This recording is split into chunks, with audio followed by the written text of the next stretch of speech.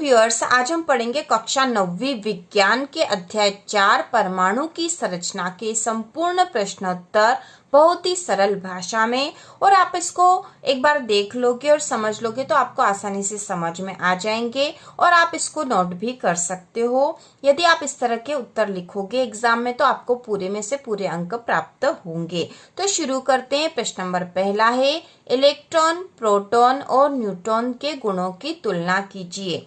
तो इनके गुणों की हमें तुलना करना है। इसके लिए इस तरह से चार्ट जैसा बना के यदि हम कर ले तो बहुत आसान भी हो जाएगा और हमें आसानी से याद भी हो जाएगा। तो गुणों की तुलना करने के लिए यहाँ पर हमने गुण लिखे हैं, फिर इलेक्ट्रॉन, प्रोटॉन और न्यूट्रॉन। गुण में सबसे पहले संकेत, तो इलेक्ट्रॉन का संकेत होता है ऋण ई और यहाँ पे 1 होता है और ऊपर 0। ठीक है, ये ई है और ये 1 है और ये 0 है और यहाँ पे ऋण होगा। प्रोटॉन में P और नीचे धन होगा 1 और ऊपर भी 1। इसके बाद न्यूट्रॉन में यहाँ पर ऊपर 1 है, नीचे 0 और यहाँ पर N इसका प्रतीक चिन्ह है। प्रोटॉन का प्रतीक P है, इलेक्ट्रॉन का प्रतीक E है। और यहाँ पे ऋण 1 इसलिए लिखा है क्योंकि इलेक्ट्रॉन पे ऋण या माइनस चार्ज होता है, प्रोटॉन पे धन चार्ज होता है, न्यूट्रॉन पे कोई चार्ज नहीं होता, इसलिए यहाँ 0 लिखा है। और ऊपर जो 0 लिखा है इसका द्रव्यमान है। इलेक्ट्रॉन का द्रव्यमान 0 के लगभग है, प्रोटॉन का 1 के लगभग है, न्यूट्रॉन का भी 1 के लगभग है। इसके बाद दूसरा जो गुण है वह है आवेश। तो इलेक्ट्रॉन पे ऋणात्मक आवेश होता है, प्रोटॉन पे धनात्मक आवेश होता है, न्यूट्रॉन पे कोई आवेश नहीं होता है। तीसरा जो गुण है वो स्थान है। इलेक्ट्रॉन जो है नाभिक के चारों ओर निश्चित कक्षाओं में चक्कर लगाते हैं। प्रोटॉन परमाणु के नाभिक में इनका स्थान होता है और न्यूट्रॉन में भी हम लिखेंगे परमाणु के नाभिक में। तो इस प्रकार हमने इलेक्ट्रॉन, प्रोटॉन और न्यूट्रॉन के गुणों की तुलना कर ली है। और इसी के साथ यदि आपको अध्याय 1, 2 और 3 के भी प्रश्नोत्तर चाहिए तो नीचे प्लेलिस्ट में दे रखे हैं। बहुत ही आसान भाषा में है, आप आसानी से उनको याद कर सकते हो, लिख भी सकते हो। के बाद प्रश्न नंबर दूसरा है, जे टॉमसन के परमाणु मॉडल की क्या सीमाएं हैं। तो इस मॉडल की हमें सीमाएं बतानी, तो इसका उत्तर होगा जे टॉमसन के परमाणु मॉडल से परमाणु के उदासीन होने की व्याख्या हो गई, किंतु दूसरे वैज्ञानिकों द्वारा किए गए प्रयोगों के परिणामों को इस मॉडल के द्वारा समझाया नहीं जा सका। जैसे पहला है, यह मॉडल रुदरफोर्ड द्वारा किए गए प्रकीर्णन प्रयोग की व्याख्या नहीं कर सका। और दूसरा, इलेक्ट्रॉन व प्रोटॉन की परमाणु में स्थिति को यह मॉडल स्पष्ट नहीं कर सका। तो हमें यहाँ जे टॉमसन के परमाणु मॉडल की सीमाएं बतानी थी। तो हमने यहाँ पे लिखा है कि जे टॉमसन के परमाणु मॉडल से परमाणु के उदासीन होने की व्याख्या तो हो गई, किंतु दूसरे वैज्ञानिकों द्वारा किए गए प्रयोग के परिणामों को इस मॉडल द्वारा समझाया नहीं जा सका। तो हम यहाँ पे समझा नहीं सके थे, और क्या क्या समझा नहीं सके थे, जैसे यह मॉडल रुदरफोर्ड द्वारा किए गए प्रकीर्णन प्रयोग की व्याख्या नहीं कर सका, और दूसरा, इलेक्ट्रॉन और प्रोटॉन की परमाणु में स्थिति को यह मॉडल स्पष्ट नहीं कर सका। तो यह 2 पॉइंट इसके सबसे महत्वपूर्ण हैं। यदि आप ये 2 पॉइंट लिखोगे तो आपको पूरे अंक प्राप्त होंगे।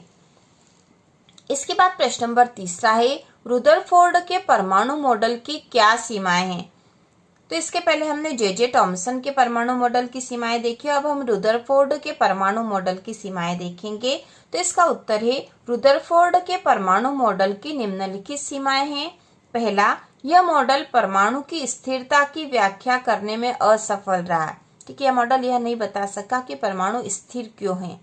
दूसरा है, इलेक्ट्रॉन परमाणु के चारों ओर किस प्रकार गति कर रहे हैं, इस बात की व्याख्या मॉडल नहीं कर पाया।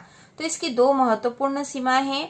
पहली, मॉडल परमाणु की स्थिरता की व्याख्या करने में असफल रहा, और दूसरा है, इलेक्ट्रॉन परमाणु के चारों ओर किस प्रकार गति कर रहे हैं, इस बात की व्याख्या यह मॉडल नहीं कर पाया।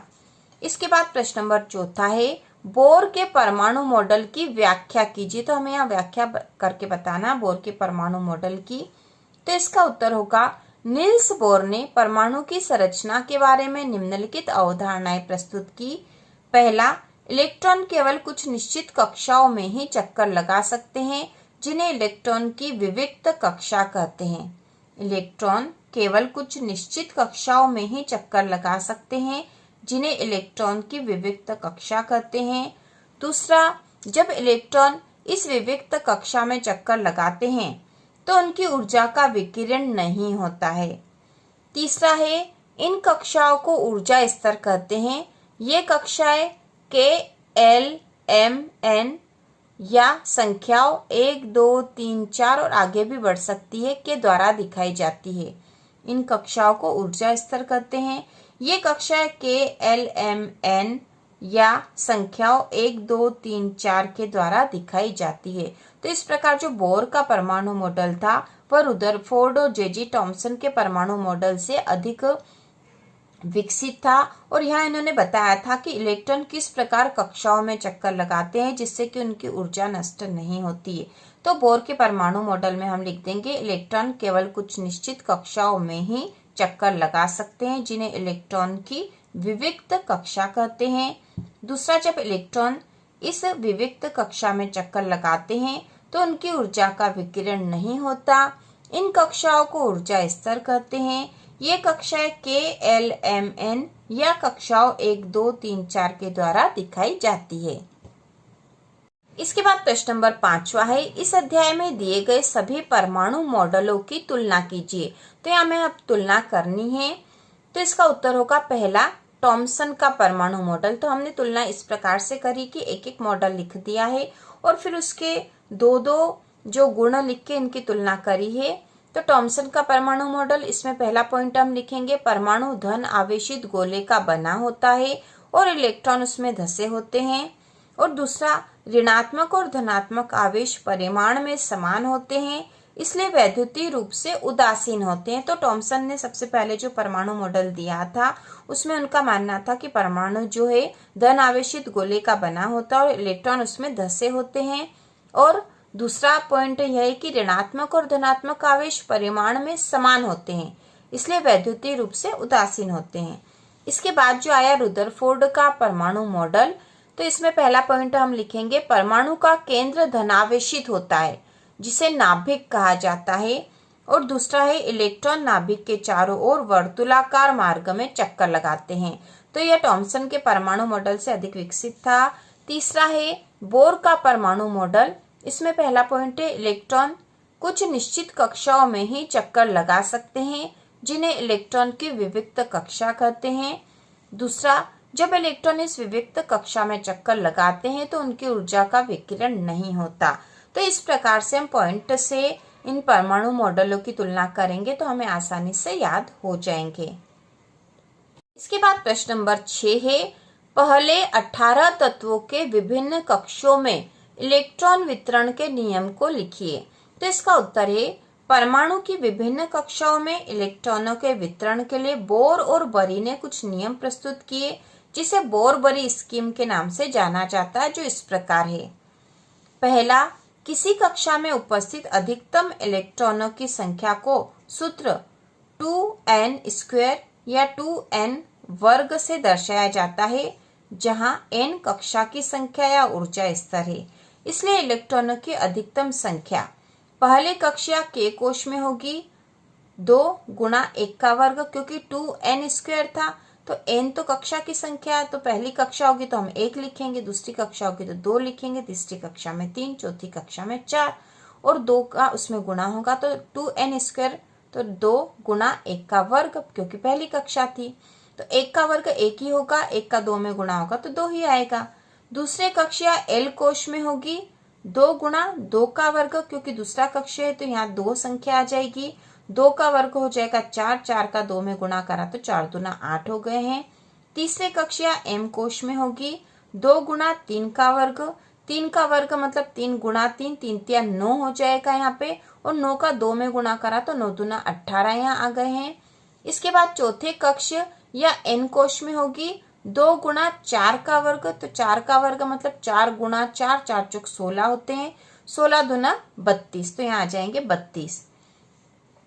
ठीक है, यहाँ 32 आ जाएंगे। इस प्रकार से हमने किसी कक्षा में उपस्थित अधिकतम इलेक्ट्रॉनों की संख्या को सूत्र 2n² से दर्शाया जाता है, जहाँ n कक्षा की संख्या ऊर्जा स्तर है, इसलिए इलेक्ट्रॉनों की अधिकतम संख्या, तो पहले कक्षा में अधिकतम संख्या 2 होती है, दूसरे कक्ष में 8 होती है, तीसरे कक्ष में 18 और चौथे कक्ष में 32 होती है। और इसको हम KLMN से दर्शाते हैं, जैसे कि इसके पिछले प्रश्न में भी हमने देखा था। दूसरा है सबसे बाहरी कोश में इलेक्ट्रॉनों की अधिकतम संख्या 8 हो सकती है। तीसरा है किसी परमाणु के दिए गए कोश में इलेक्ट्रॉन तब तक स्थान नहीं लेते जब तक कि उससे पहले वाले भीतरी कक्ष पूर्ण रूप से भर नहीं जाते। मतलब पहले अंदर वाला कक्ष होगा पूरा, उसके बाद बाहर वाले कक्ष में इलेक्ट्रॉन आएंगे। इससे स्पष्ट होता कि कक्षाएं क्रमानुसार भरती है।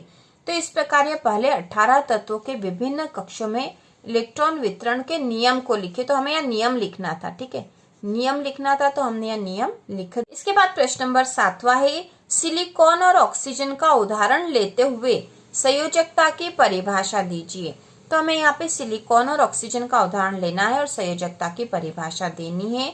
तो इसका उत्तर होगा परमाणु के बाह्यतम कक्ष में इलेक्ट्रॉनों के अष्टक मतलब 8 इलेक्ट्रॉन बनाने के लिए जितनी संख्या में इलेक्ट्रॉनों की साझेदारी या स्थानांतरण होता है वही उस तत्व की संयोजकता होती है। तो सबसे पहले हमने संयोजकता की परिभाषा दे दी है। परमाणु के बाह्यतम कक्ष में इलेक्ट्रॉनों के अष्टक का अर्थ है 8 इलेक्ट्रॉन बनाने के लिए जितनी संख्या में इलेक्ट्रॉनों की साझेदारी या स्थानांतरण होता है वही उस तत्व की संयोजकता होती है। उदाहरण, तो हमें सिलिकॉन और ऑक्सीजन का उदाहरण लेना है। तो सबसे पहले हमने यहाँ पे सिलिकॉन का उदाहरण लिया है। सिलिकॉन की परमाणु संख्या 14 है। तो इलेक्ट्रॉनिक विन्यास कितना होगा? तो सबसे पहले कक्ष में 2 इलेक्ट्रॉन होंगे, दूसरे में 8 और अब शेष 4 ही बचे, इसलिए हमने 4 लिख दिया। लेकिन यहाँ पे इसको अष्टक पूरा करने के लिए कितने इलेक्ट्रॉन चाहिए? 8 चाहिए, तो 4 है, 4 और चाहिएंगे। अतः बाह्य कक्ष में 8 इलेक्ट्रॉन पूरे करने के लिए सिलिकॉन को 4 इलेक्ट्रॉन साझा करना पड़ता है, इसलिए सिलिकॉन की संयोजकता 4 है। तो 4 इलेक्ट्रॉनों का यह साझा कर लेता है और इसकी संयोजकता 4 है। दूसरा है ऑक्सीजन की परमाणु संख्या 8 है।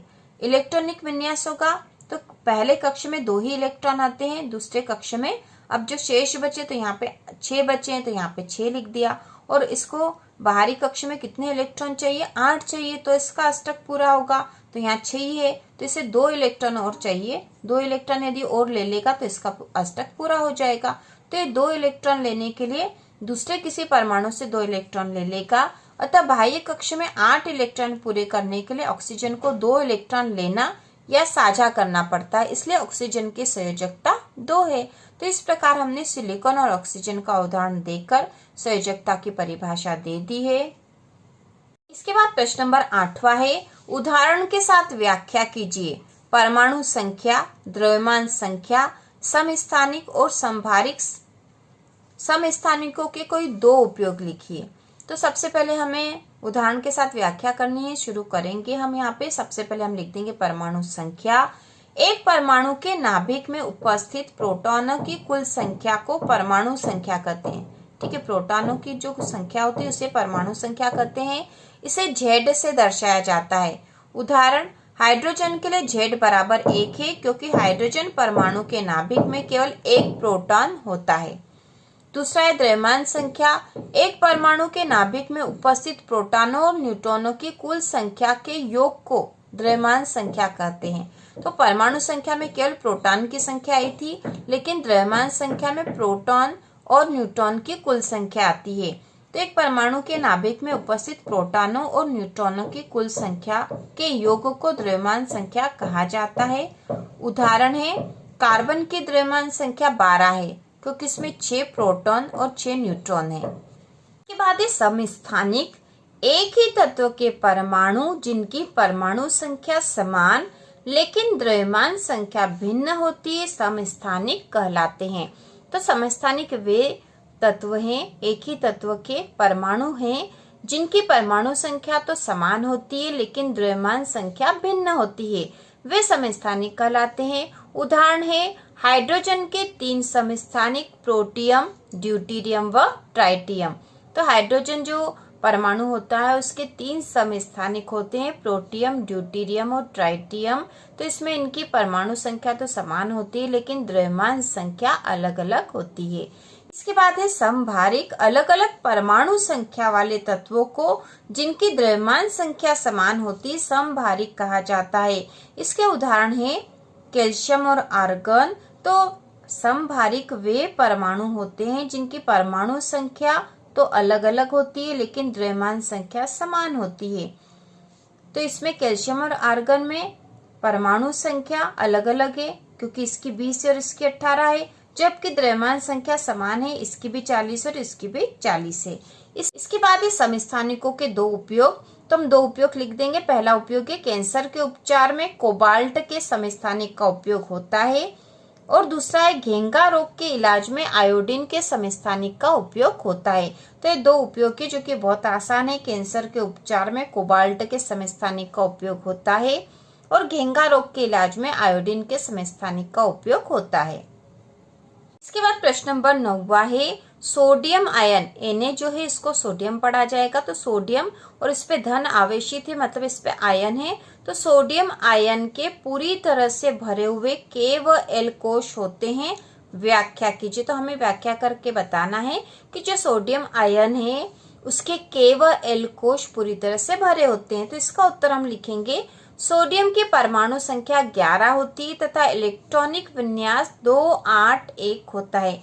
क्योंकि इसकी परमाणु संख्या 11 है तो सबसे पहला जो कक्ष होगा उसमें 2 ही इलेक्ट्रॉन होते हैं, उसके बाद वाले कक्ष में 8 इलेक्ट्रॉन होते हैं और उसके बाद वाला जो कक्ष होता है उसमें जो शेष बचे इलेक्ट्रॉन उसमें होते हैं।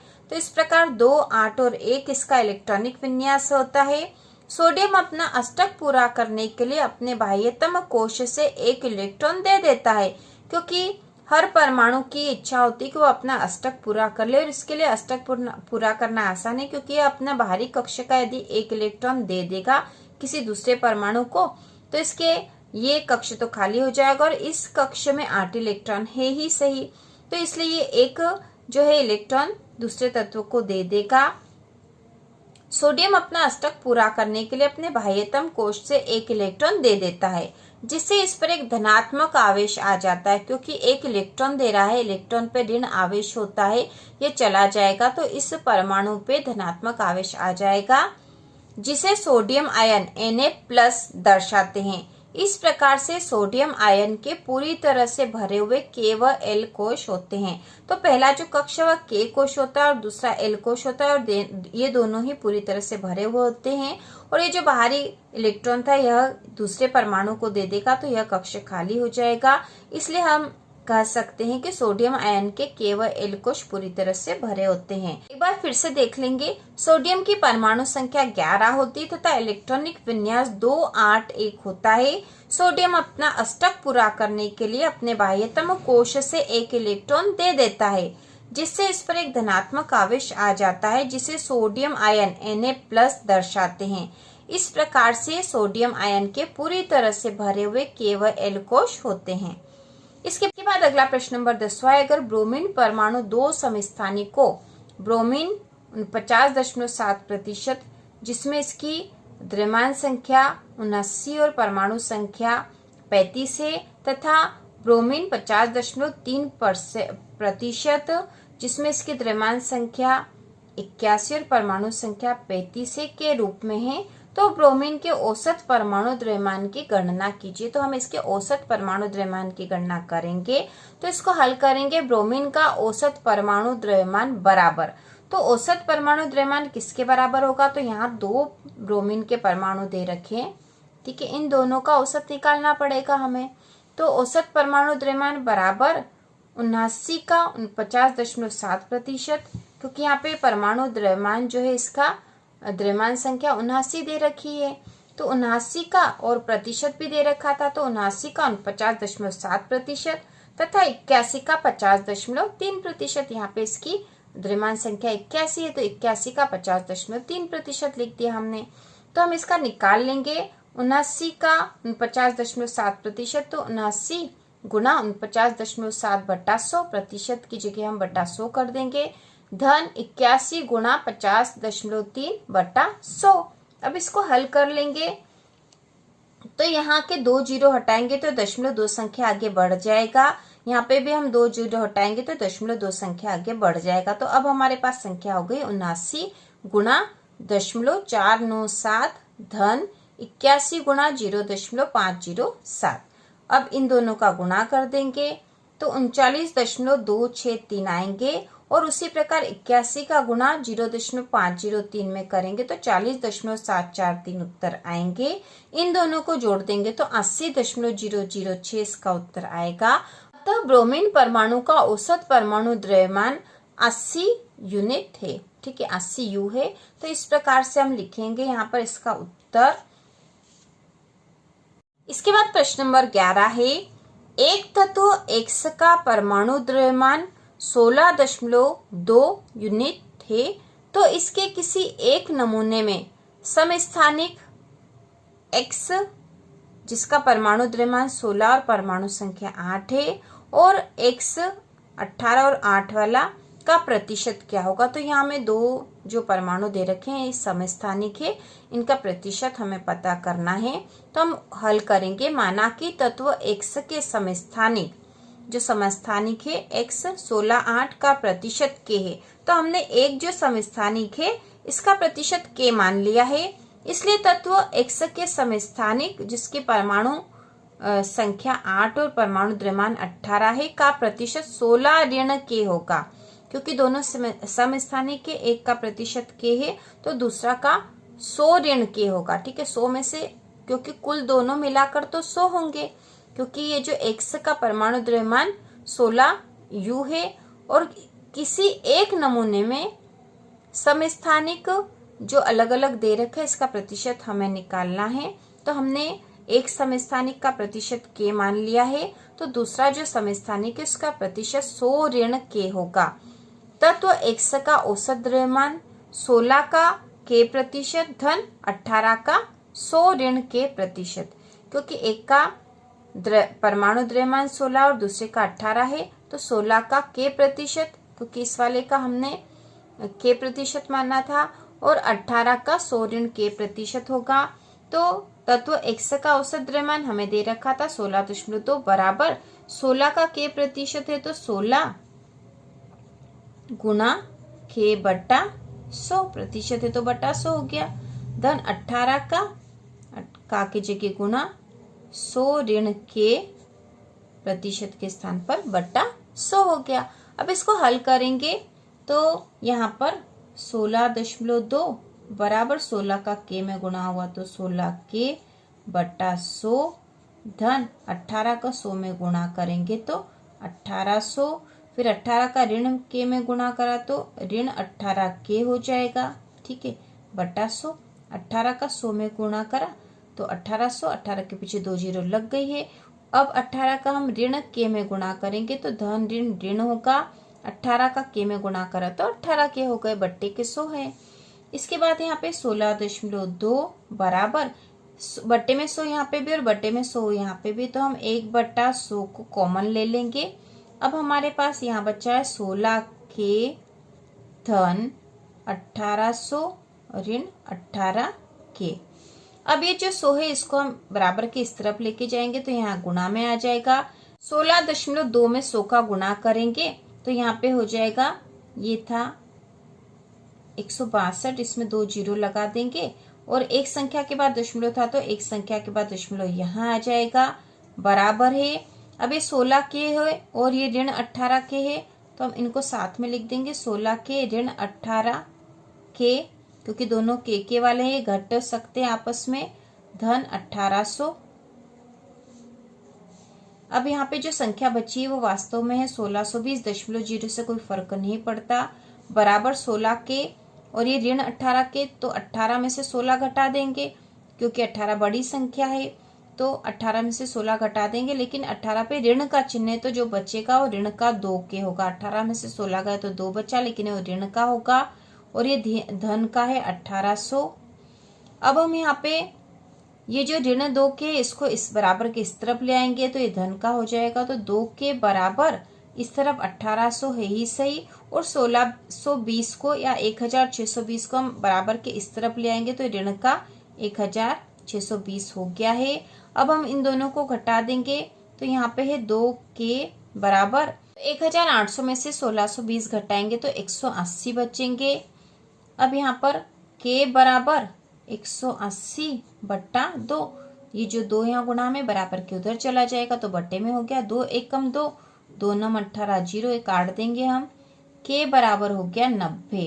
तो k का मान तो हमारे पास आ गया 90। अब हम जो 1% जो था एक समस्थानिक, उसका प्रतिशत हमारे पास आ गया है, तो दूसरे समस्थानिक का प्रतिशत भी निकाल लेंगे। तो हम यहाँ लिखेंगे 16/8x, ठीक है, का प्रतिशत बराबर k का मान 90 आया, क्योंकि हमने इसका प्रतिशत 90 माना था तो 90% हो गया। इसलिए यहाँ पे जो एक समस्थानिक है उसका प्रतिशत आ गया 90%, क्योंकि इसका प्रतिशत हमने k माना था। इसलिए जो दूसरा समस्थानिक है 8 और 18 जिसका द्रव्यमान है का प्रतिशत क्या था? प्रतिशत था 100 ऋण के, ठीक है, 100 ऋण के हमने माना था। तो 100 और ऋण k का मान तो 90 है, तो बराबर यहाँ आ जाएगा। 100 में से 90 घटा दिए तो 10 आ गया, तो 10% होगा। तो इस प्रकार 90% और 10% इसके आंसर आएंगे। इसका प्रतिशत है 90% और इसका प्रतिशत आया है, यहाँ पर फिर से लिख देंगे हम, का प्रतिशत, ठीक है, 10% है। तो इस प्रकार से इसका उत्तर हो गया है। दोनों के प्रतिशत हमने निकाले और यही हमें निकालना था। इसके बाद अगला प्रश्न नंबर 12 है, यदि तत्व का z बराबर 3 हो तो तत्व की संयोजकता क्या होगी? तत्व का नाम भी लिखिए। तो इसका उत्तर है, हमें पता है कि z परमाणु संख्या का प्रतीक है। z किसका प्रतीक है? परमाणु संख्या का। अतः तत्व की परमाणु संख्या z बराबर 3 है, तो इलेक्ट्रॉनिक विन्यास 2-1 होगा। मतलब पहले कक्ष में 2 इलेक्ट्रॉन, क्योंकि पहले कक्ष में 2 ही इलेक्ट्रॉन हो सकते हैं, और दूसरे कक्ष में शेष बचा हुआ 1 इलेक्ट्रॉन आ जाएगा। इसलिए संयोजकता 1 है। संयोजकता 1 इसलिए कि इसके बाहरी इलेक्ट्रॉन को किसी और के साथ संयोजक कर लेगा या फिर बाहर किसी अन्य को वह दे देगा, जिससे कि इसके बाहरी कक्ष में 2 ही इलेक्ट्रॉन हो जाएंगे। इसलिए इसकी संयोजकता 1 है। अतः तत्व का नाम लिथियम है, क्योंकि लिथियम की परमाणु संख्या 3 है, इसलिए तत्व का नाम लिथियम है, जिसका प्रतीक Li है।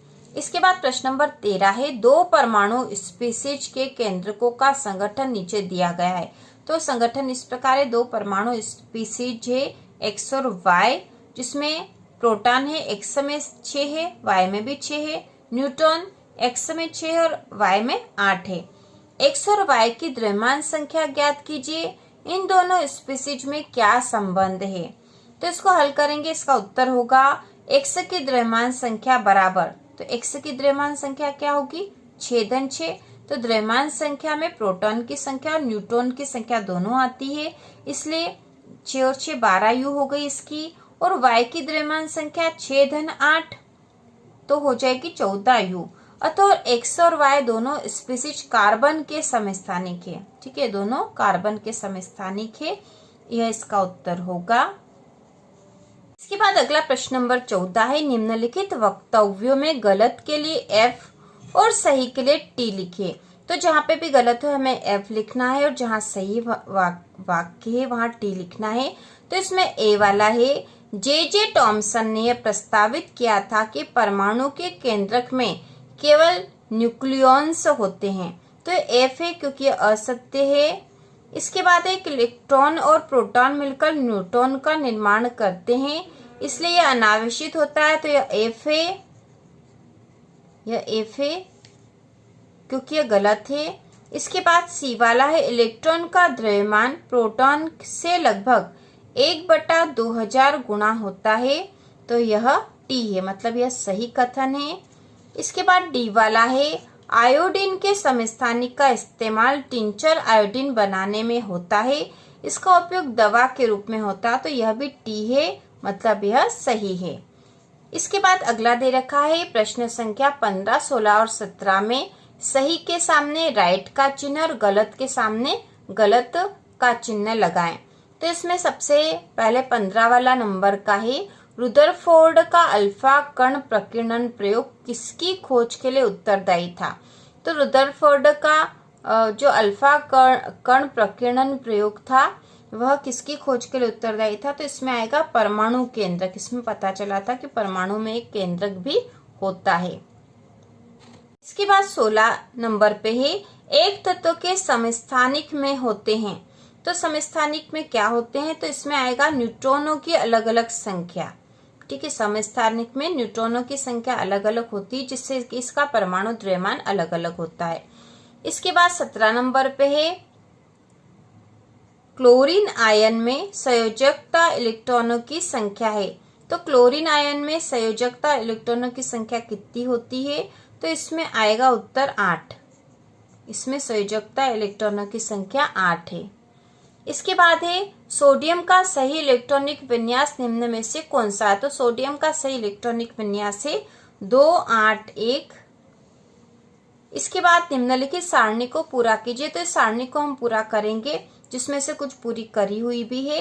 तो परमाणु संख्या दे रखी है 9, द्रव्यमान संख्या 19, न्यूट्रॉनों की संख्या 10, प्रोटॉनों की संख्या 9। क्योंकि यहाँ पर जो न्यूट्रॉनों की संख्या दे रखी है, तो प्रोटॉन की संख्या उतनी ही होती जितनी परमाणु संख्या होती। तो 10 और 9 19 इसकी द्रव्यमान संख्या आ जाएगी। इलेक्ट्रॉनों की संख्या प्रोटॉनों की संख्या के बराबर ही होती, इसलिए 9 आएगी। और परमाणु स्पीसीज है फ्लोरीन। तो ये चार्ट में से देख के आप बता सकते हो। इसके बाद दूसरा है, परमाणु संख्या 16 है, द्रव्यमान संख्या 32 है, न्यूट्रॉनों की संख्या आ जाएगी यहाँ पे 16, प्रोटॉनों की संख्या भी 16, क्योंकि द्रव्यमान संख्या 16 और परमाणु संख्या 16 दे रखी है, इसलिए न्यूट्रॉनों की संख्या भी 16 आएगी। और प्रोटॉन की संख्या भी 16, क्योंकि प्रोटॉन 16 है तो इलेक्ट्रॉन की संख्या भी 16 ही आएगी। और परमाणु स्पीसीज है या परमाणु है सल्फर। इसके बाद है परमाणु संख्या, यहाँ दे नहीं रखी थी, द्रव्यमान संख्या दे रखी है और प्रोटॉनों की संख्या दे रखी। तो जितने प्रोटॉन होंगे उतने इलेक्ट्रॉन होंगे, तो इलेक्ट्रॉनों की संख्या भी 12 आ जाएगी। इसके बाद यहाँ न्यूट्रॉनों की संख्या, तो क्योंकि द्रव्यमान संख्या 24 है, इसमें से प्रोटॉन की संख्या घटा देंगे तो न्यूट्रॉन की संख्या आ जाएगी। तो 12 है, 24 में से 12 घटाए तो 12 ही बचते, तो न्यूट्रॉनों की संख्या 12 ही आएगी। और इसकी परमाणु संख्या भी 12 आएगी, क्योंकि परमाणु संख्या इसके प्रोटॉन की संख्या के बराबर होती है। इसके बाद है अगला जो है, और यहाँ पे परमाणु स्पीसीज भी मैग्नीशियम हम बताएंगे। उसके बाद अगला है, द्रव्यमान संख्या है 2 दे रखी, ठीक है, और प्रोटॉनों की संख्या 1 दे रखी। तो जितने प्रोटॉन है उतने इलेक्ट्रॉन होंगे, तो इलेक्ट्रॉन की संख्या 1 आ जाएगी। न्यूट्रॉन की संख्या कितनी होगी? तो 1 प्रोटॉन है तो 1 न्यूट्रॉन होगा, क्योंकि द्रव्यमान संख्या 2 है, तो यहाँ पे 1 न्यूट्रॉन हो जाएगा। और परमाणु संख्या इसके प्रोटॉन की संख्या के बराबर होती है, तो यहाँ पे 1 आ जाएगा। और यह जो परमाणु स्पीसीज है ड्यूटेरियम है, जो कि हाइड्रोजन का समस्थानिक होता है। इसके बाद जो अगला है, इसमें द्रव्यमान संख्या 1 दे रखी है, न्यूट्रॉनों की संख्या 0 है, प्रोटॉन की संख्या 1 है और इलेक्ट्रॉन की संख्या भी यहाँ 0 दे रखी है। तो परमाणु संख्या यहाँ 1 होगी, जितने प्रोटॉन की संख्या उतनी। और यह जो तत्व है ये हाइड्रोजन है, ठीक है, परमाणु स्पीसीज यहाँ पे हाइड्रोजन है। तो इस प्रकार अध्याय 4 के संपूर्ण प्रश्नोत्तर हो चुके हैं। हमने बहुत ही अच्छे तरीके से सारे प्रश्नों के उत्तर कर लिए हैं। तो इसी प्रकार के और वीडियो देखने के लिए, कक्षा 9वीं की संपूर्ण तैयारी के लिए चैनल को सब्सक्राइब कीजिए।